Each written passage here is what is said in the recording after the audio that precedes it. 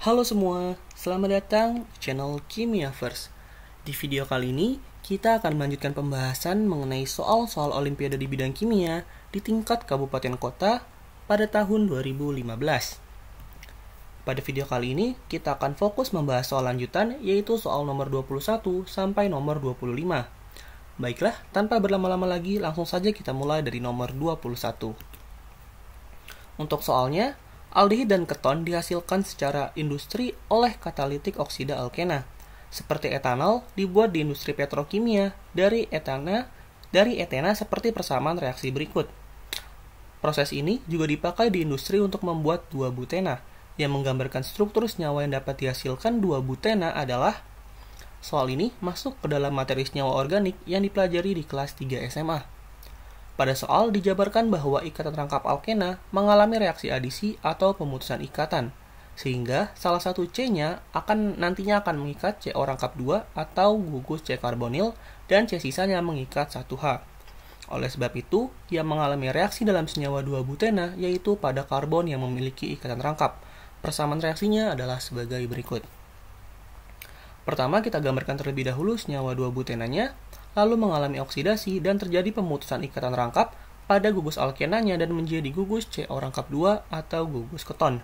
Untuk peletakan gugus CO2-nya atau CO rangkap 2-nya ini sama saja baik di C di sebelah kiri maupun C di sebelah kanan, karena senyawa 2-butena merupakan senyawa simetris sehingga menghasilkan senyawa yang sama, yaitu senyawa 2-butanon.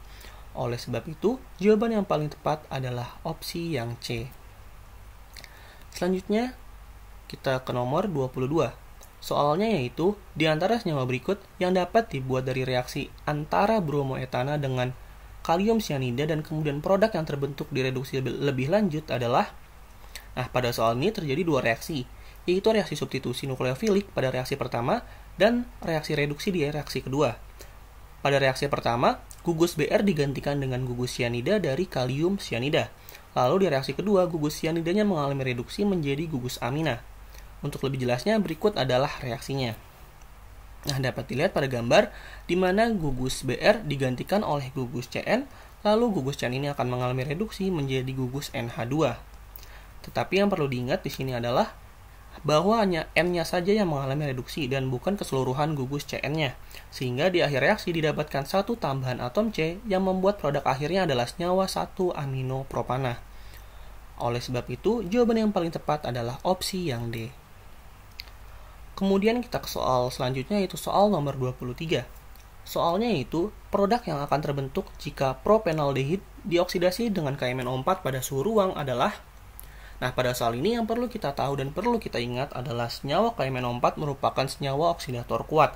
Sehingga jika ada gugus fungsi yang dapat mengalami oksidasi, maka gugus tersebut akan teroksidasi oleh KMnO4. Pada soal, yang direaksikan dengan KMnO4 adalah senyawa propenaldehid. Senyawa propenaldehid dari namanya memiliki dua gugus fungsi, yaitu gugus alkena dan juga gugus aldehid.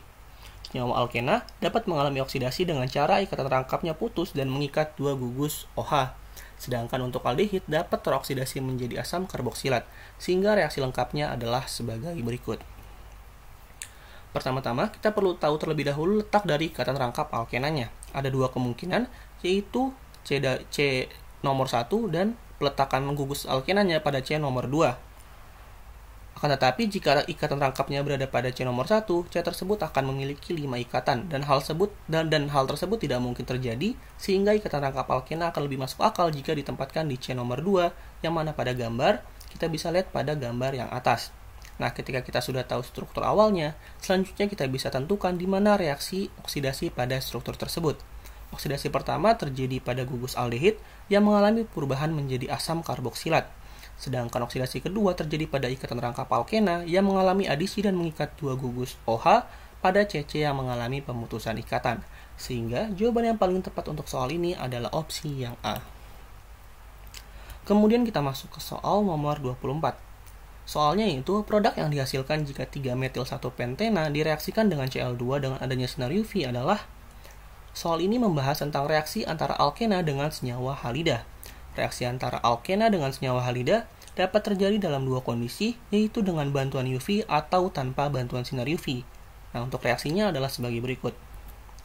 Di sini dengan tanpa adanya sinar UV akan menghasilkan reaksi adisi di mana kedua atom Cl masuk ke dalam CC yang sebelumnya berikatan rangkap. Sedangkan jika ditambah sinar UV, maka atom Cl yang masuk hanya satu saja dan letaknya bukan di karbon rangkap 2 tetapi di sebelah karbon rangkap 2 tersebut seperti pada gambar. Dengan demikian, karena pada soal diminta reaksi dijalankan dengan bantuan sinar UV, maka produk yang dihasilkan sesuai dengan reaksi yang kedua. Dengan demikian, jawaban yang paling tepat adalah opsi yang C, yaitu 3-kloro, 3-metil, 1-pentena. Terakhir, kita masuk ke soal nomor 25, soal terakhir di pilihan ganda. Untuk soalnya adalah senyawa ester yang berbau buah-buahan mempunyai struktur sebagai berikut. Senyawa yang dihasilkan jika PET dihidrolisis dengan asam hidroklorida adalah reaksi hidrolisis ester akan menghasilkan produk senyawa pembentuk ester, yaitu asam karboksilat dengan alkohol. Atom C yang terikat dengan gugus C karbonil atau CO rangkap 2 akan menjadi senyawa asam karboksilat, sedangkan atom C yang terikat dengan gugus CO tunggal akan menjadi senyawa alkohol. Dengan demikian, reaksinya adalah sebagai berikut. Dapat dilihat bahwa atom C di sebelah kiri atau yang terikat dengan CO rangkap 2 akan menghasilkan senyawa asam karboksilat yaitu asam etanoat, sedangkan atom C di sebelah kanan yang terikat dengan CO tunggal akan menjadi senyawa alkohol, dan untuk reaksi ini alkohol yang dihasilkan adalah 3-metil 1-butanol. Dengan demikian, jawaban yang paling tepat adalah opsi yang D. Mungkin sekian untuk video kali ini, semoga bermanfaat dan apabila ada hal yang ingin ditanyakan atau didiskusikan, bisa ditanyakan di kolom komentar. Jangan lupa juga untuk melihat video lainnya terkait pembahasan OSK Kimia. Sampai jumpa di video selanjutnya. Terima kasih.